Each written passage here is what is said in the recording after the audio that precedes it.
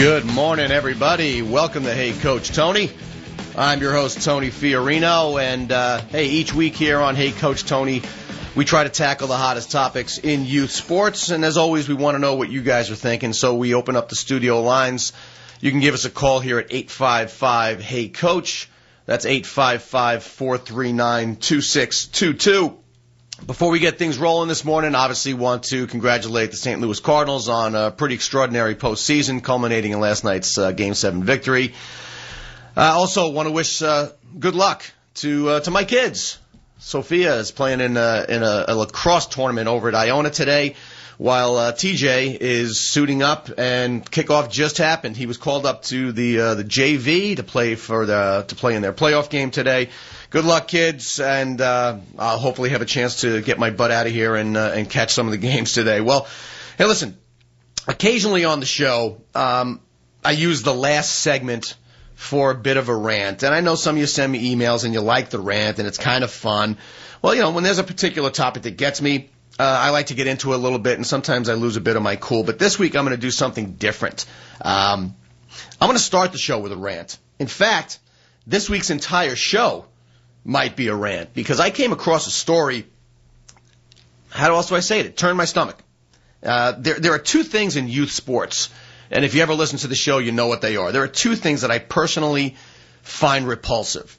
One is hazing, and the other is hockey. And I don't know how else to say that. I'm not a big fan of hockey, and hazing is one of the most repulsive acts in all of youth sports. So imagine if you combine the two, how much that gets under my skin. Well, that's exactly what happened this past week when I got my hands on a story that occurred up in Canada. So I'm going to jump right into it.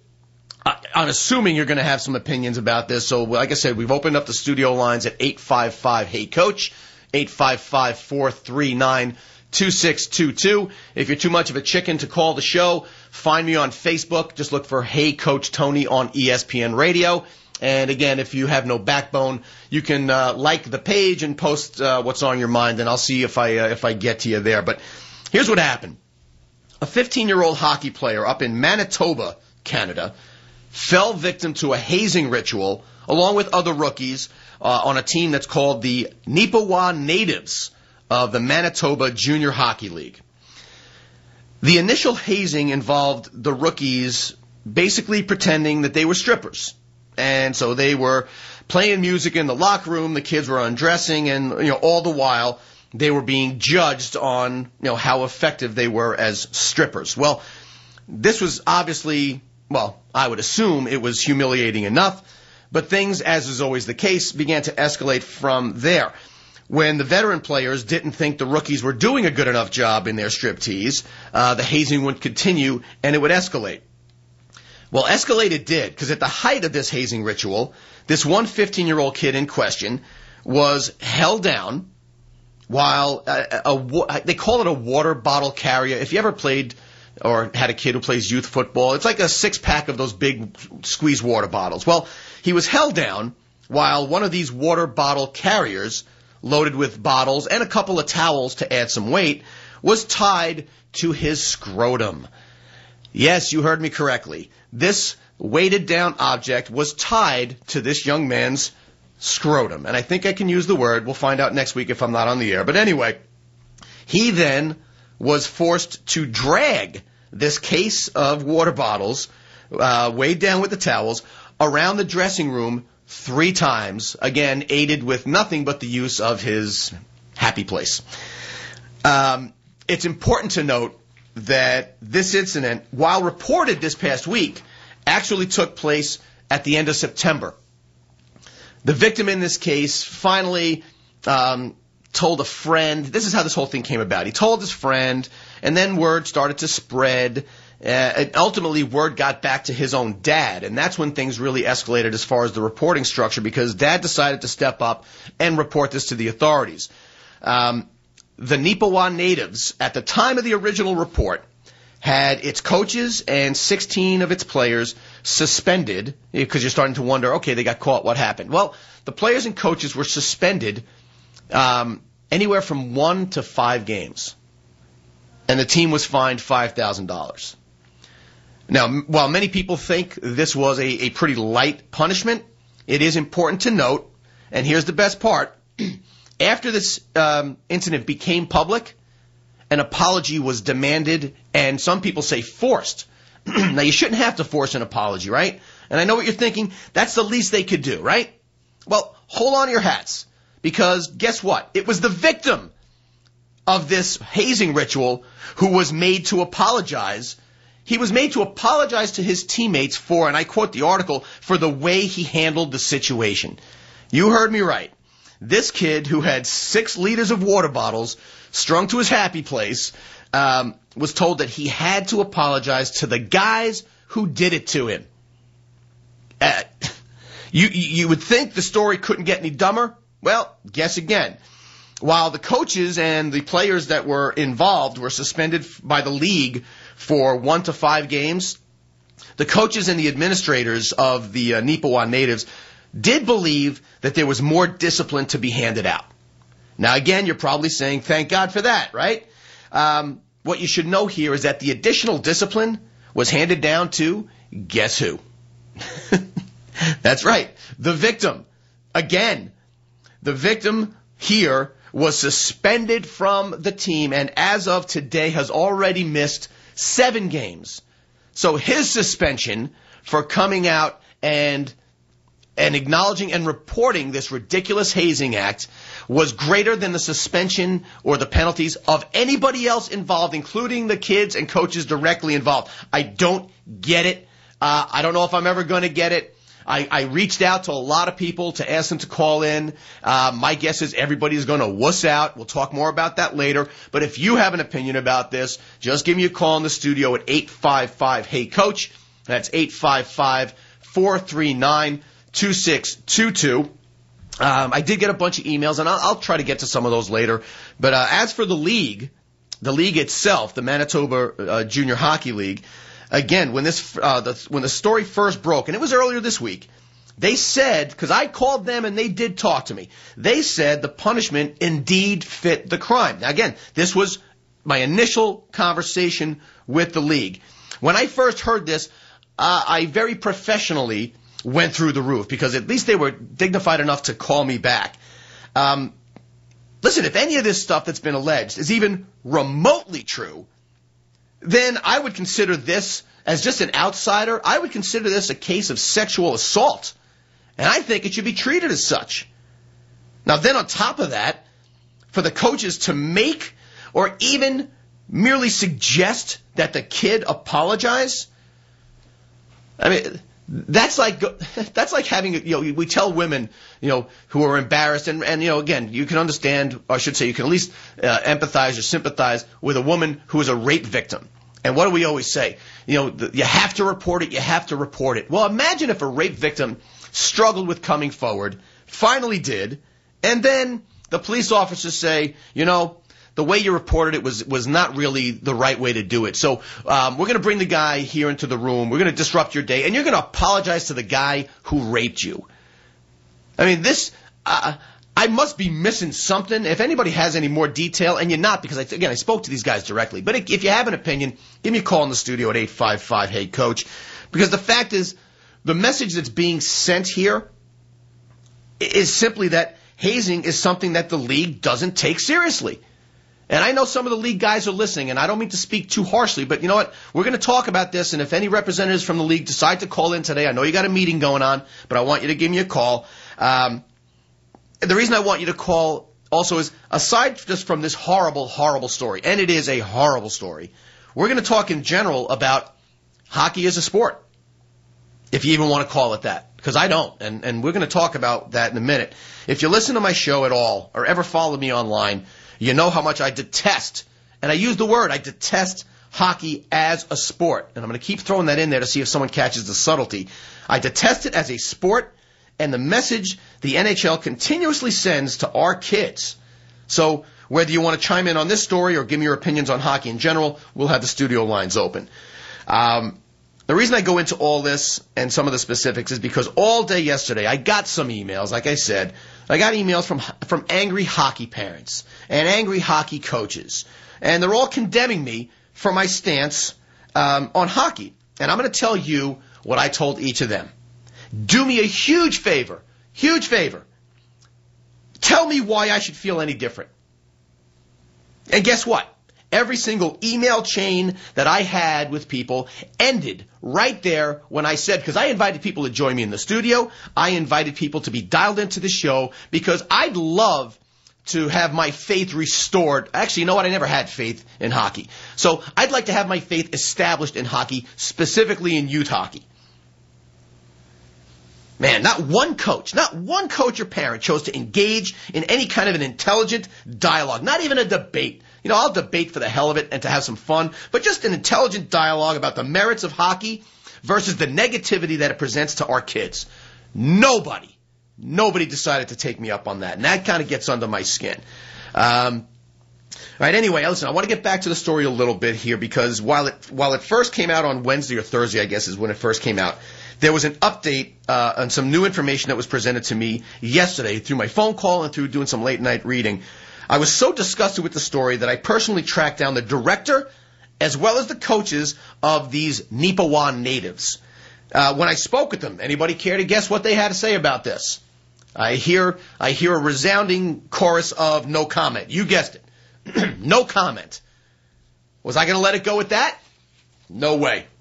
So I made another phone call to a guy by the name of Kim Davis. He is the commissioner of the Manitoba Junior Hockey League. Because you know what? I was pissed. Still am. And I wanted a piece of flesh, and I was going to get it from somebody, one way or another. Well, surprisingly, I had a very civil conversation with Mr. Davis. Kim Davis explained to me that the coaches and players were questioned by a committee of 5 people. 2 of them were members. They had these people called governors of the teams. I guess it's like a step above GM. 2 executive members and Mr. Davis himself. It took me a while to finally figure out the kind of questions I was able to ask that he would actually answer, but I did eventually figure it out. And bottom line, I asked him if his investigation confirmed whether the actions that were depicted in the article I read were accurate. And you know what he answered? And this is pretty much a direct quote. Tony, the article you read accurately describes the events that took place that day in the dressing room. You know, if you got any brain at all, you got to know the next question I asked, and we're gonna get to that. Well, you know what? I'll give you that. Next question I asked. Don't you think that the punishment handed down to the coaches and the players was a little weak? Because that was the first thing that jumped through my mind. Some kids got a 1-game suspension, even a 5-game suspension, even $5,000. We're talking about sexual assault here. So his response, which rubbed me the wrong way, and Kim, if you're listening, please call me and revise your statement. And I quote, the board feels that given the information we were able to uncover, the penalty was fitting. You know, that's where I bit my tongue. I bit it hard enough to feel the blood drip down the back of my throat. Now, thankfully, our conversation moved in a new direction. Because it turns out the Manitoba Junior Hockey League has reopened this investigation. And when we get back, I'm going to explain to you why they reopened the investigation, and it should come as no shock to anybody. We get back, we'll be taking your calls at 855-HEY-COACH, 855-439-2622. But when we get back, we're going to talk more about hazing. We're going to talk more about this disgusting, disgusting act that took place up in Manitoba on the Junior Hockey League. You're with Hey Coach Tony. Stick around. Coach Tony. Hey, welcome back, everybody. You're with Hey Coach Tony this fine Saturday morning. Actually, it's not a very fine Saturday morning. It's cold. It's supposed to get wet. We're supposed to get snow. Man, I heard there's 3 to 6 inches of snow. It's not even Halloween yet. Anyway, this morning we're talking about 2 of my favorite things in the world, hazing and hockey. For those of you just tuning in, a 15-year-old kid who plays for the Manitoba Junior Nipawan natives decided that... his teammates decided to give him a nice initiation, so they tied a case of water bottles to his privates and made him drag it around the locker room 3 times. He was judged on his ability to do so, and when the kid finally reported it, thankfully the powers that be, after receiving a slap on the wrist of a 1 to 5 game suspension, decided that an apology was in order. Unfortunately, it was the victim in this case who was told to apologize because of the way he tattled, I guess, or ratted out on his teammates. Anyway, I was able, as I said before the break, I was able to catch up with a guy named Kim Davis, who is the commissioner of the whole league, and he's actually a very good guy. He and I had a discussion, and some things came up that kind of rubbed me the wrong way. But he quickly helped me understand that the investigation that was conducted is now being reopened. And when you hear why, it won't be much of a surprise. You want to know why? The original testimony from the players and the coaches originally stated that there were no coaches in the dressing room at the time, nor were any of the coaches aware of the details of this incident. Guess what? That was a lie. The players, and even the coach himself, have revised their statements, which means they changed their BS knee-jerk reaction from when they were first asked these questions. Turns out somebody was masterminding a great big lie here. So here's the latest. And I'm kind of pleased about this. The league has engaged, for lack of a better term, professional investigators and interrogators. Because now it would seem that they're a little bit pissed. And thankfully so. But they want to get to the bottom of this thing once and for all, because you know what? I think the whole league has a bit of egg on their face. You want to chime in on this, give me a call at 855-HEY-COACH. That's 855-439-2622. By the way, Mr. Davis was kind enough to elaborate on a few things for me that I think you may find of interest. First, he did get into some detail. I was kind of playing a little bit before about the punishment being kind of lenient, and I still think it was, but Kim Davis did walk through with me why the punishment was so lenient. Turns out, while it was determined that these events did indeed take place, it was not determined exactly who participated and who exactly did what. So I guess the board felt it would be inappropriate, and I'm not guessing, they said it. It would be inappropriate to punish every single player by dismissing the entire team. Now, I may or may not agree with this, but I was satisfied that they weren't simply giving this team a slap on the wrist. Now, having said that, I was a little disappointed to learn, because I asked the question, I said, hey, what's your standard policy on hazing in this league? Because that wasn't in any of the articles. Well, guess what? The Manitoba Junior Hockey League, and they're no different. There are plenty of other leagues who fall into this category. There is no standard hazing policy in place for the league. And that one troubled me. Still does.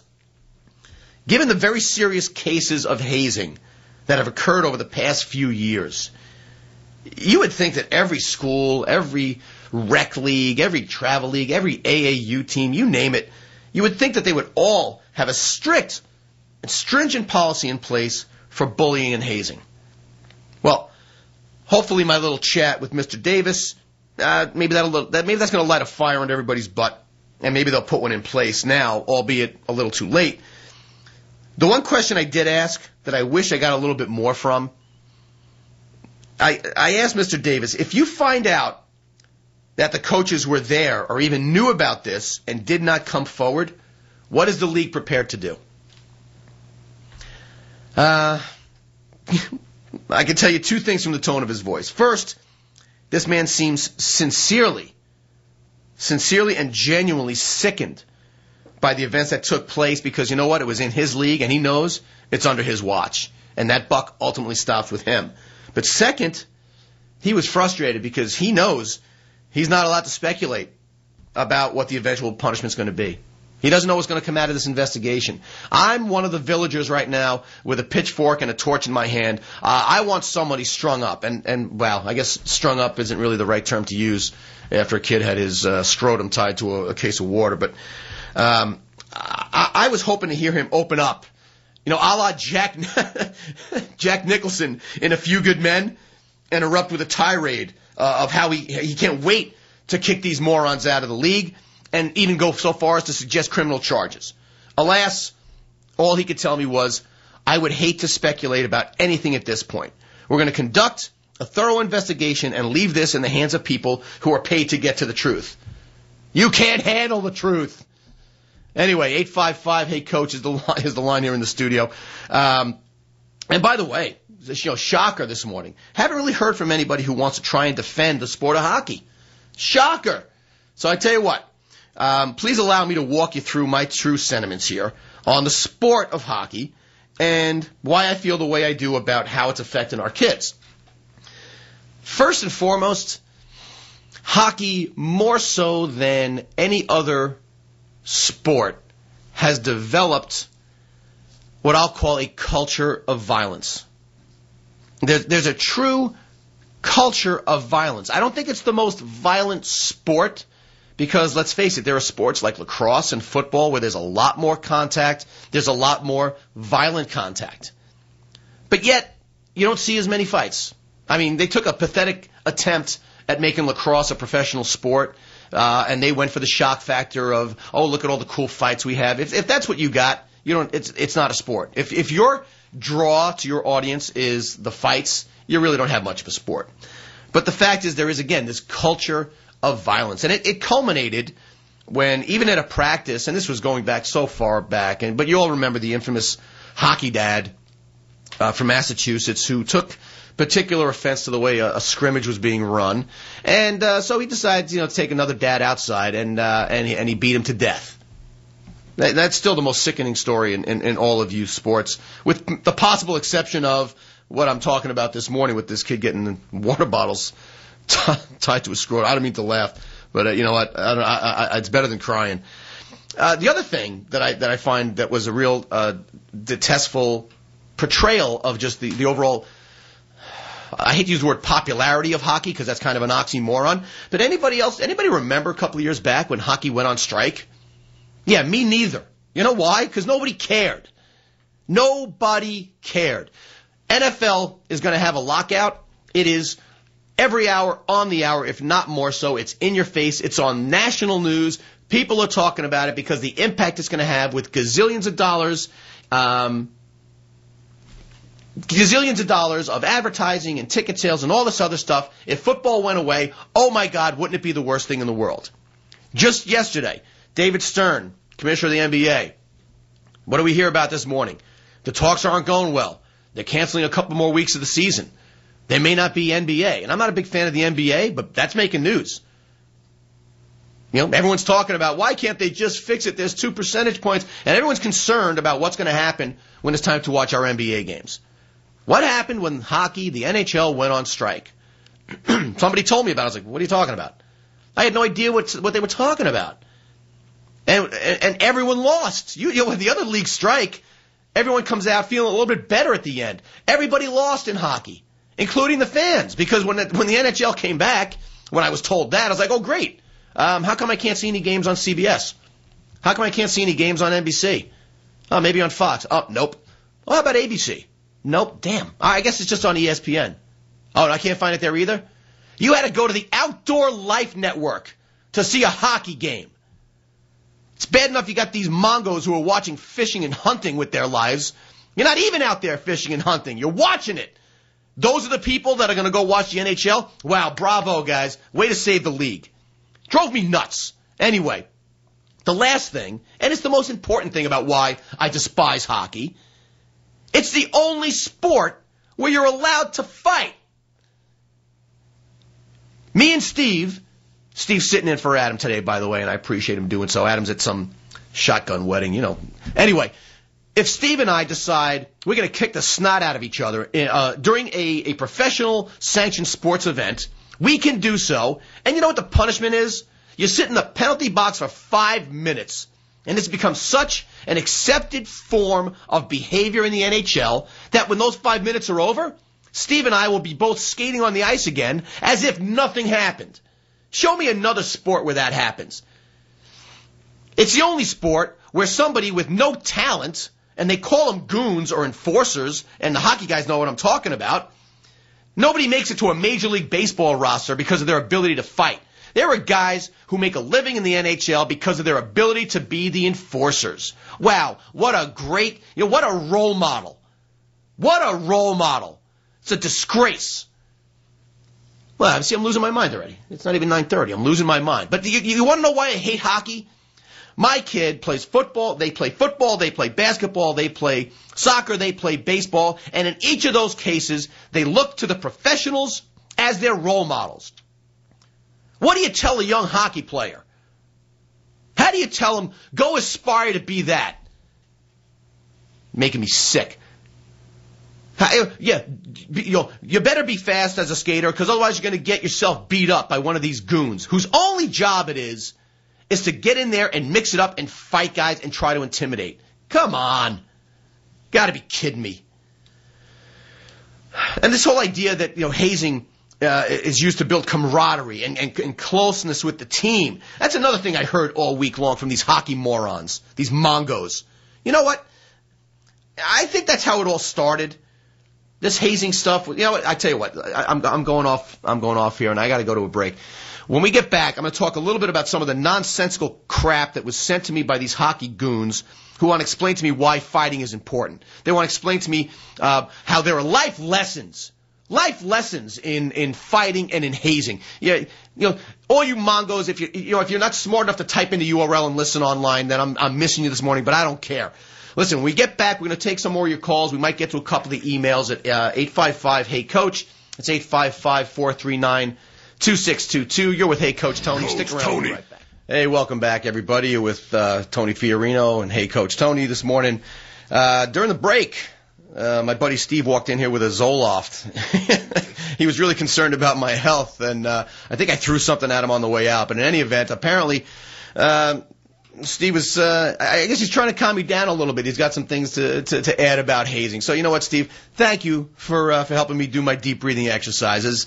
What do you got? I mean, what do you think about this whole hazing thing? No, hazing overall is just absolutely terrible. I went to school. I picked a fraternity that I knew would not do any sort of stupid hazing just for that fact, because I heard all the horror stories of not only, and I'm just talking about not only Greek life, but even in the athletic groups, is that for the guys and for the girls, it's just absolutely terrible, demoralizing. Some of the things I heard that they may do, it's just, and for this kid who got his scrotum tied to the water rack.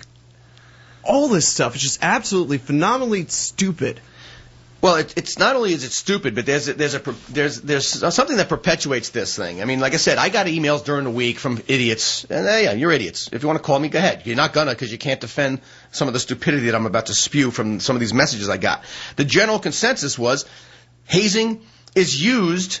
And by the way, it happens at West Point. You know what? I shouldn't say that. I know that in the military ranks there has been and had been hazing. So going back for as long as we can all remember, the idea was that hazing would be used to build camaraderie and closeness within a team or a group or a fraternity or whatever. And that's probably how it all started. There were harmless pranks that rookies used to have to endure, and in and of itself, I personally think that it was a harmless prank mentality. That's how these things always start. But as is always, or I should say usually the case, with anything that has the potential to go too far, it does. It takes on a mob mentality. Each year we hear about the new and improved hazing rituals that are designed to one-up last year's initiations. And there's another inherent flaw in this process. And it's not even really a flaw as much as it's an excuse to perpetuate hazing, and that is the whole idea of it was done to me, and so I'm going to do it to the next class of rookies. I think anybody can understand that mentality, but the fact is this. At some point, a line's got to be drawn. And with the severity of the more recent hazing tactics, we better draw it soon before someone gets seriously hurt or sick or even killed. It started out with, when we were at football camp, we would have to sing or dance or put on a skit. It moved to shaving guys' heads. It moved to shaving guys' eyebrows. It moved to shaving other things that you may not want to have shaved, given your own druthers. And then it moved on to drinking, especially in the fraternities. A lot of this stuff became, drinking to excess as part of hazing. And then, a whole host of increasingly painful and or disgusting behavior. I mean, somebody shot me one, and you know what? I'll say it. I'll say it as best I can. There's another ritual where it's similar. It involves your genitalia. You would be made to do push-ups over a glass of Gatorade, naked. And with each push-up, you would have to basically dip yourself into the glass of Gatorade. And the first guy who stopped doing the push-ups would have to drink the other guy's glasses of Gatorade after they were altered. I don't know how else to say that. That is probably the safest way you could say it. That was the most disgusting thing I had ever heard in my life. That is just disgusting. But, the league, by the way, just to get back to some of the stories, the league got some mixed messages about whether an apology was forced or suggested. So Mr. Davis did tell me, and I do quote, in the initial investigation, there was some conflicting evidence or testimony to that, but we're expecting that an independent investigator with years of expertise will give us a more definitive answer. Well, you know what? I don't care. I really don't care. Whether it was forced or even suggested is Neanderthal. I'm praying, and I did call these coaches, and by the way, you know what? Time to tell you who the coaches are. It's public information. And you know what else is public information? Phone numbers. So here you go. Anybody want to call in to these guys and tell them what you think? I talked to a guy. The Mr. No Comment was a guy by the governor of the Nipawan natives, a guy named Gaynor Vivian, who you can reach at, get your pens out, 204-724-2265. His email's also public. GAYNORV, so it's GaynorV at hotmail.com. Feel free. Head coach, Bryant Perrier. And I'm not going to do any bottled water jokes, but you can get him at 204-476-5308. He doesn't have his own personal email, so you can't get that one. And the assistant coach, which, by the way, is the guy most directly implicated. This is the guy who apparently knew what happened and kept his mouth shut. Brad Biggers, who, by the way, on Thursday, resigned immediately. Has no comment. No comment, of course. He's not going to talk about whether or not he did anything, but he immediately resigned. Gee, wonder why he resigned. I say this one over and over again, and my wife is cringing unless she's already at TJ's game. If I'm not guilty, I'm going to make a comment. I'm going to make as many comments as I can. I'm going to aid in any investigation. You are the youth hockey police, and you come to me. Were you there? Did you know what happened? No. And here's my statement about why. You want to take my fingerprints? Take my fingerprints. Give me a pap smear. Do whatever you like. But I have nothing to hide. Brad Biggers, you are a disgraceful slob of a human. There. How's that? By the way, I think it's important to note that there's some upside to this. How do I segue to that one? There's a former NHL player by the name of Sheldon Kennedy who, I guess for lack of a better term, came out himself and reported on his own problems in junior hockey where he was molested by one of his coaches. When he heard about this story, and by the way, Sheldon Kennedy, congratulations for being a real role model. Sheldon Kennedy reached out to this kid, reached out to his parents, gave him his personal cell number, and basically told the kid, anytime you want to talk to me about this, just call me. Doesn't matter what time of day it is. That was pretty cool, and this came directly from the kid's father. Like I said, the kids missed 7 games. It's ridiculous. And by the way, am I saying there are zero merits to junior hockey or youth hockey? No, I'm really not. I'm saying the bad so far overwhelmingly outweighs the good because I got friends whose kids play hockey, and they love it. Hockey can be great. All I'm saying is there's a real lack of accountability and discipline, and it starts at the top with the role models or the people who are supposed to be role models. I mentioned a subtlety before. I said, I hate hockey as a sport. Well, let me say this. I love hockey as a game. Do you guys know the difference between a game and a sport? When the game of hockey is played and played well, it's very entertaining. It's a lot of fun. There is a combination of speed, strength, quickness, agility, and skill that's compelling, and you love to see good hockey being played. The problem with hockey is not the game. It's the sport. Every year, these knuckleheads, they try to appease us by getting together at these summits, and they discuss whether or not we should outlaw hockey. Should we change the rules? The concussion data comes out, and everyone starts making changes about headshots. Seems like a no-brainer. Well, how many concussions do you think happen during a fight when a guy slams his head on the ice? Dopes. All right, I'm going to get a couple of your emails. One of them actually came from Chris in Westchester, who says, hey, Coach Tony, I believe hockey in Canada is much more life and death than it is here in the States. Kind of like youth football in Texas. I remember thinking it was good that we didn't beat the Canadians for the gold medal for fear they might attack our players and fans. Well, this thing screams of a South Park episode. Blame Canada? Well, okay, we'll blame Canada. And by the way, I don't necessarily disagree with your statement, but let's face it, you have if you're up there with a sad excuse for football that you're trying to steal from the NFL, and you're living on a frozen tundra for 11 months out of the year, you learn how to skate or you move. So I guess hockey's all these guys have. Still no excuse, but Chris, well stated, and you know what, I don't disagree with what you're saying. There was another email I got, and actually a couple of people who chimed in earlier in the day yesterday saying, I believe the Nipawin natives were dropped by a local radio station that had been sponsoring the team. That is correct. I'm still gathering details on it. There may be some new stories this morning about it. But yeah, indeed, when this radio station heard about what happened, and more importantly, how it was handled, they dropped these guys quicker than people were dropping Tiger Woods when he had an affair on his wife and got clubbed in the head in his car. And rightfully so. I mean, if there's anyone else who's still supporting or sponsoring this team, you know what? I think there are going to be some very watchful eyes on this case over the next week or two as this investigation unfolds. Because let's face it, if the kids and the coach already changed their testimony, if they already revised their BS initial responses, then what are we going to find out? Doesn't take a genius. We're going to find out that this did happen. We're going to find out some of the specific players who did it. And we're going to find out maybe that one or two of the other coaches may have also had knowledge about this. And when that happens, there is only one answer. Swift, stringent justice served up immediately. Because, the Nipawin natives, you're done. If there's a team called the Nipawin, now again, they'll break up and they'll change their name, but if these guys are allowed to continue in this league after what happened here, even if you think it's a little harsh, wouldn't you rather be a little overly harsh and ensure that this doesn't happen again? Again, hazing, it's like drunk driving. Strike one, you're out.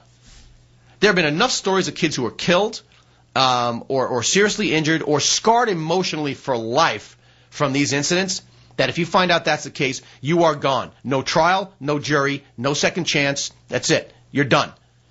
So, Kim Davis, if you or your guys are listening, I commend you for digging in on this investigation deeper because it needs to be done. Once you find this stuff out, please, I'm like Santa Claus, man. I know if you're naughty or nice, and if you are naughty, I'm going to call you out. So I appreciate the conversation yesterday. You had better draw some justice down on these guys and make the right decisions here. All right. Oh, quote of the day. Quote of the day. There were some funny. Actually, you know what? I'm going to go to a quick break because when we come back, I have a couple of things that were written in some of these articles that you can only laugh at. You really can only laugh at some of the comments that were made because if you don't laugh, you're going to think about it enough where you're going to gag and you're going to vomit in your own mouth. And I don't want that to happen to anybody on a Saturday morning. All right, you're with Hey Coach Tony. Stick around. We'll be right back. Coach Tony. Welcome back, everybody. You're with Coach Tony this Saturday morning and every Saturday morning at 9 a.m. here on ESPN Radio. Hey, during the break, Steve popped his head in. Man, Steve, you're good, man. I guess Adam's getting complacent. Maybe we'll give Adam another week off next week. But anyway, Steve popped his head in and told me that there's some new information on the story. That the Canadian police are actually now directly involved in this investigation. And you know what? I'm not sure if that's good or bad. I like the idea of the private interrogators. I don't know if you guys have not. I don't. This just popped in my head. If you have not seen a movie called Unthinkable, you got to see it. It's Samuel Jackson. He is a secret interrogator for basically for the U.S. military, and he is questioning a terrorist who has apparently planted 3 nuclear bombs throughout the United States. I'm not going to talk any more about it because I could do another hour. One of the greatest movies ever. Unthinkable. Go look for it right now. But anyway, I want to get back to some of the stuff that was in the article because there were some quotes I read that makes it very clear to me that what the Manitoba Junior Hockey League and specifically the Nipawin natives don't have is a PR department. Because if I had seen any of these things, I would have put the kibosh on any of these quotes. But let me go through a couple of them. The first one was, the incident was initially kept quiet, but the 15-year-old later told a friend and word got back to his father, who went straight to the team.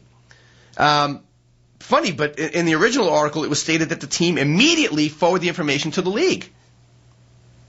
This came directly from Natives team president, a guy by the name of Dave McIntosh. And this guy McIntosh also came up with the absolute quote of the day when he commented on the team suspending the victim, because needless to say, people were asking, why did you suspend the kid? And this is one time where you think the guy would have enough of a brain to say no comment, but he didn't. So here's what McIntosh said, and I will quote, "It's difficult to have him in the lineup because the family is so proactively trying to make it look like we're the bad guys.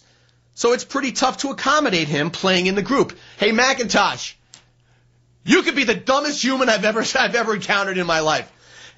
The family of the kid whose scrotum was tied to a case of water bottles that you knew about and tried to keep quiet is trying to paint you as the bad guy? You know what? I'm not going to try to paint you as the bad guy. I'm going to paint you as the moron. How can you say something so stupid in the face of such straight as well as circumstantial evidence? How can you possibly justify suspending this kid? Doesn't work, and you have the audacity to cry boo-hoo, they're making us look like the bad guy? Please, call me. Tell me how you're the good guy.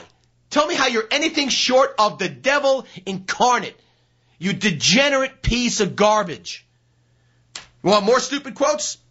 Okay, we got them, because apparently these guys better be really great hockey tacticians, because common sense speaking, they are mentally retarded in the truest sense of the word, and I can use the word that way. Remember, I used to get in trouble.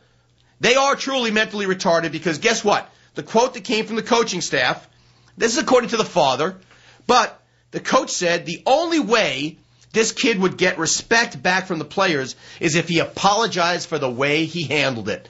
Oh, my God. Dear God. Is there a conscience anywhere in Manitoba or in that Neepawa locker room? Is there a conscience? Is there a shred of common sense and decency with anybody that's in charge of these kids as young as 14, 15 years old? This is sexual assault. Period. And that's the way it should be handled.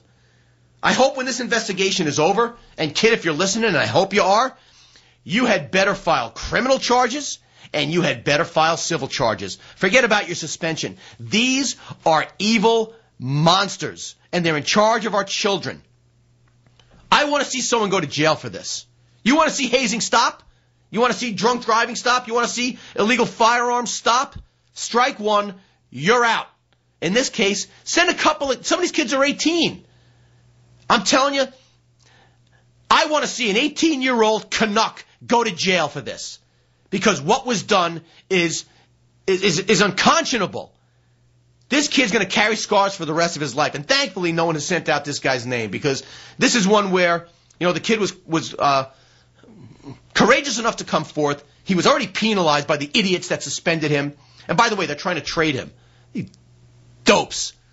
Anyway, I got an email from Mike M. Yeah, of course. Okay, Mike M, here it comes. Hey, Coach Tony, I guess you're not very anxious to keep the hockey coaches interested in your show. That's too bad. Your loss. First of all, Mike, don't listen to my show. If you don't like it, don't listen to my show. Okay? As for the normal hockey coaches, the ones that have a brain and are trying to do the right thing, I'm not anxious to keep them interested. I'm very anxious to keep them interested. I'm begging. I'm pleading for somebody. Call the show. Send me a decent, constructive email and explain to me why I should feel any different about this sport or lack of a sport. Hockey's a game. It's not a sport. When you condone and promote fighting, you're not a sport unless you're boxing or mixed martial arts. Man, all right. I got a decent one here from Mike, who actually emails from Ottawa. Michael says, hey, Coach Tony, would first like to say well done to the boy who had the strength to do the right thing. I was faced with a similar problem in school when I was 12, and I told my parents as well. It will get much better for this kid. Secondly, this coach is the reason I find hockey to be the least most attractive sport I want my kids in. All right, it seems like I got at least one supporter, and from Canada to boot. The fact that he supported this kind of hazing is beyond me. Then he has the nerve to tell this kid to apologize for respect. I can't see why he isn't fired and banned as he certainly believes kids should go through this treatment to earn respect. You earn the respect on the field or the ice by playing with your teammates and earning their trust. I've heard of similar hazing in hockey. Yeah, oh, wow, you heard the same story I did. Push-ups, naked, dipping their genitals into a drink. Okay. I'm not going to recant that one because I was choking on my own vomit when I told it the first time. I'm not going to do it again. I know it goes on in other organized sports because I played competitive football. But we just did stupid things, nothing that was damaging to your self-respect or to your body. Maybe a bit because we drank a lot. All right, well, thanks. We didn't call it hazing because it really did mold our team together and make a better bond. Here's where you lose me, Mike. And crap like this, he said crap, I say it all the time. Crap like this hockey hazing wouldn't make me want to play with the players and would definitely change my point of view towards the coach. Great father figure this guy is to his players. Well, Michael, well said. And I mean that. Well said. To the parents of this kid, you certainly have my deepest and most sincere apologies on behalf of anyone who ever played anything athletic and on behalf of anyone who ever coached a kid, whoever looked you in the eye and said, hey, you're handing me your kid every day. Trust me, I'm going to do the right thing. You certainly have my apologies. And to the kid, dude, good job. And I really hope that you come out of this smelling like a rose and you maintain some anonymity and don't have to carry this with you for the rest of your life. All right, listen, I promised during the week that I was going to talk about the draft because basketball season's coming up, at least for amateurs, while the lockout's still going on. And teams everywhere are going to be faced with the daunting task of trying to draft fair teams. And I'm going to wrap up with something because I got some emails during the week about all these horror stories. Why doesn't the draft work? Well, here's why. First of all, nobody does it the right way. But you start with coaches who are allowed to pick one or two of their assistant coaches before the draft ever starts. And so what happens? My kid's good, Steve's kid's good, Adam's kid is good. Hey, here are my coaches.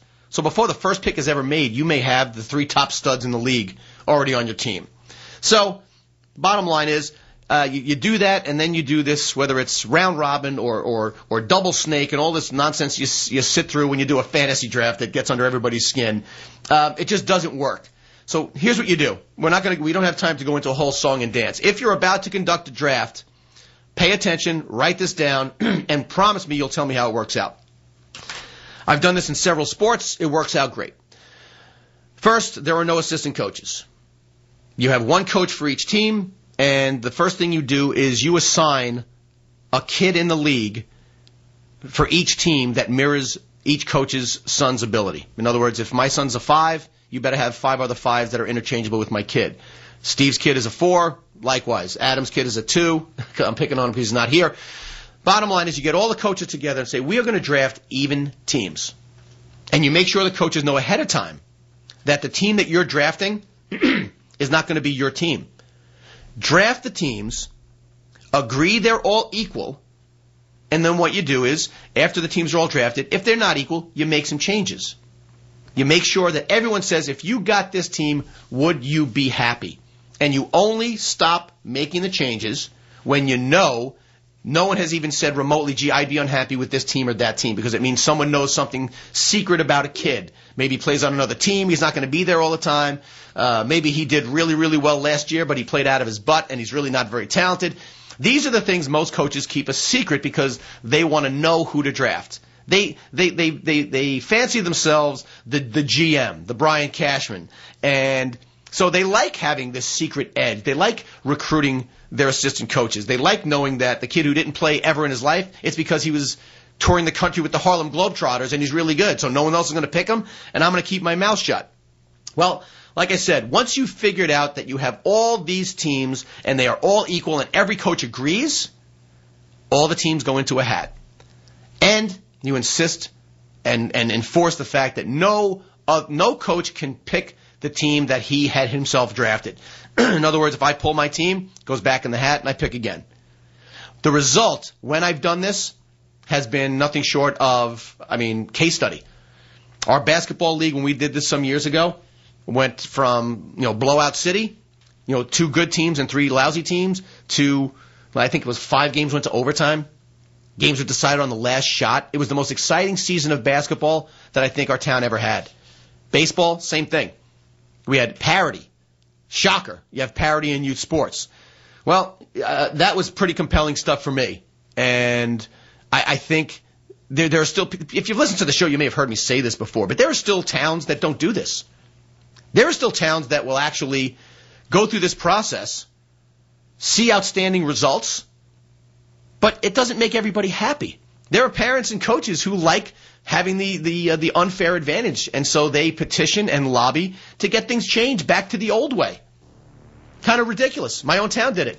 Someone mentioned, hey, this thing Tony did worked out pretty good. They couldn't scrap it fast enough. All right, hey, guys, you hear the music coming up. That means that's we're going to wrap it up on another hour. Hey, Coach Tony. You know what? I don't apologize for blowing my top. You know what?